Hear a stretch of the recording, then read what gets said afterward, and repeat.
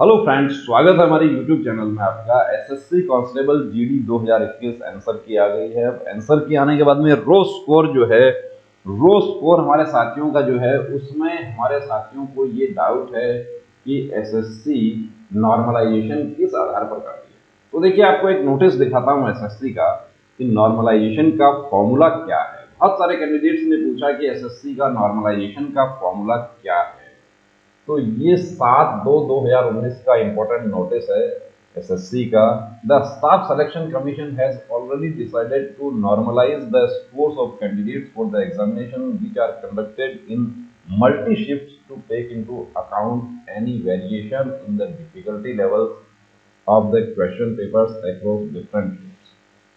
यानी multi shift में जो एग्जाम होते हैं उसमें डिफिकल्टी लेवल जो है वो भी अलग अलग होता है, और उस डिफिकल्टी लेवल को एक लेवल पर लाने के लिए कि सबके साथ न्याय हो सके, उसके लिए एसएससी क्या करती है कि डिसाइड किया है एसएससी ने normalisation. The normalisation is done based on the fundamental assumption that in all multi shift examinations the distribution of abilities of candidate is the same across all the fields। अब यहां पर SSC क्या कहती है कि जितने भी कैंडिडेट्स उस एग्जाम में बैठ रहे हैं, उनका जो एबिलिटी है उनकी, यानी कि जो एसएससी जीडी के एग्जाम में बैठ रहा है तो उसकी जाहिर सी बात है कि एबिलिटी उनकी सेम ही है। एसएससी ऐसा मानती है, वैसे तो देखिए सेम नहीं है, लेकिन एसएससी मानती है कि एबिलिटीज उनका सेम अक्रॉस द शिफ्ट, सभी शिफ्ट्स में।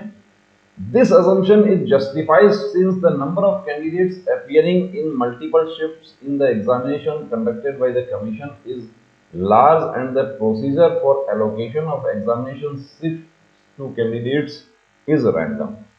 यानी कैंडिडेट्स बहुत ज्यादा जो है वो अपियर हो रहे हैं, और जो कैंडिडेट को शिफ्ट एलोकेशन है वो रैंडम है। कैसे पास करें परीक्षा? कोई आधार ऐसा नहीं है।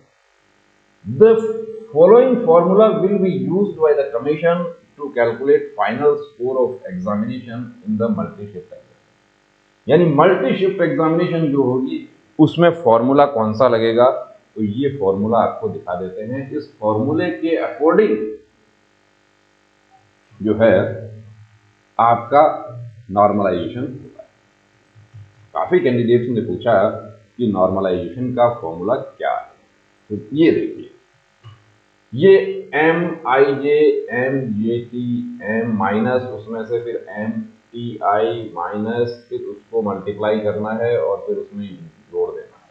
ये क्या है? एम आई जे क्या है? यानी कि नॉर्मलाइज स्कोर क्या है? Normalise marks of chief candidate in the I shift.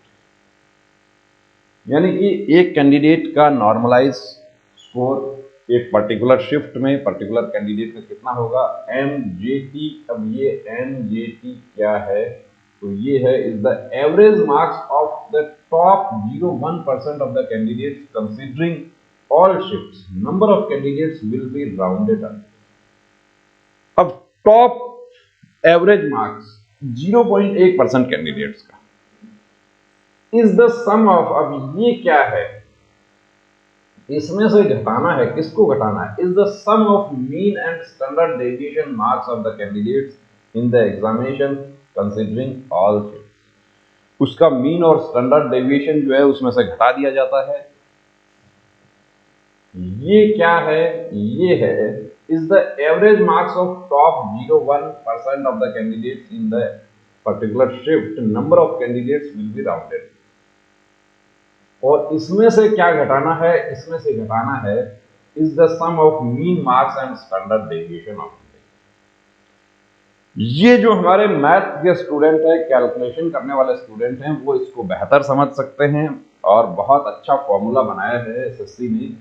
इसमें किसी के साथ इनजस्टिस ना हो, और यहां पर is the actual marks obtained by the candidate or is the sum of mean marks of the candidate in the shift having maximum mean and standard deviation of marks of the candidates in the examination। Calculation of marks will be done up to 5 decimal places। अब आपका जो normalisation होगा, अब किसी को suppose कीजिए कि 45.25 आ रहा है, तो वो नॉर्मलाइजेशन जो होगा वो यदि इनका बढ़ता है तो वो कहाँ तक बढ़ेगा, वो 50.0251 यानी कि डेसिमल के दशमलव के 5 स्थानों तक बढ़ेगा।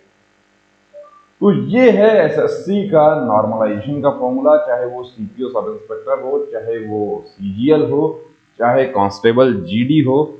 यदि आपने भी एग्जाम दिया है तो इस फॉर्मूले के अकॉर्डिंग आपका नॉर्मलाइजेशन होगा। तो जो हमारे साथी जिनको कम मार्क्स मिल रहा है वो अभी टेंशन ना करें, अभी डिप्रेशन में आने की जरूरत नहीं है। सर मैं बहुत डिप्रेस हूँ, क्या होगा मेरा, नॉर्मलाइजेशन होगा, नॉर्मलाइजेशन में कुछ फायदा जरूर होगा। अब आपका शिफ्ट कैसा है, अब देखिए पूरा इसमें समझाया गया है कि किस तरीके से होगा, पूरा फॉर्मूला बनाया गया है।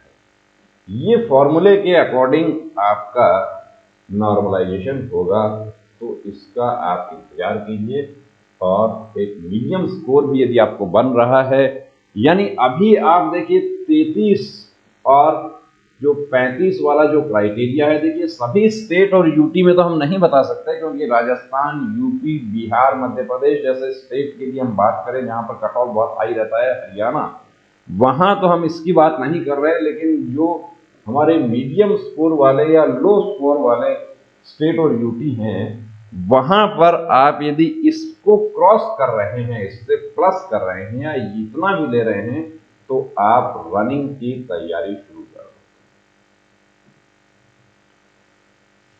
तो जो हमारे साथियों ने पूछा था कि एसएससी किस आधार पर नॉर्मलाइजेशन करती है, एसएससी का नॉर्मलाइजेशन का फॉर्मूला ये है, इसके अकॉर्डिंग नॉर्मलाइजेशन आपका होता है और आपको भी फायदा होगा, घबराने की जरूरत नहीं है। थोड़ा सा इंतजार कीजिए, थोड़ा धैर्य रखिए, सब्र रखिए, बिल्कुल आपको भी फायदा होगा नॉर्मलाइजेशन का। जय हिंद।